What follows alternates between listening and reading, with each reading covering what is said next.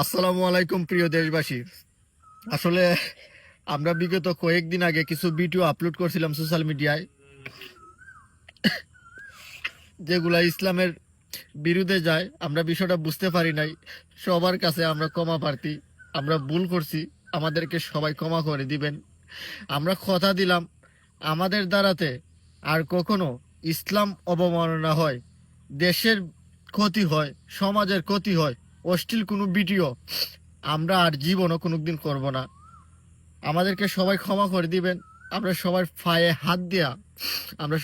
হাত দিয়া মাফ চাইলাম। আল্লাহও আমরারে মাফ করতা, আপনারাও আমরারে মাফ করে দিতেন।